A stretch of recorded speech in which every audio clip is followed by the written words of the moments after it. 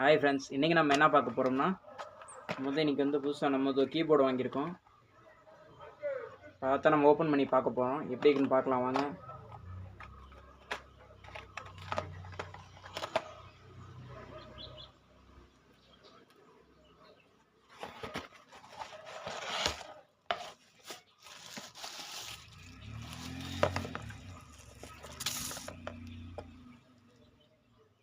Wired keyboard இது.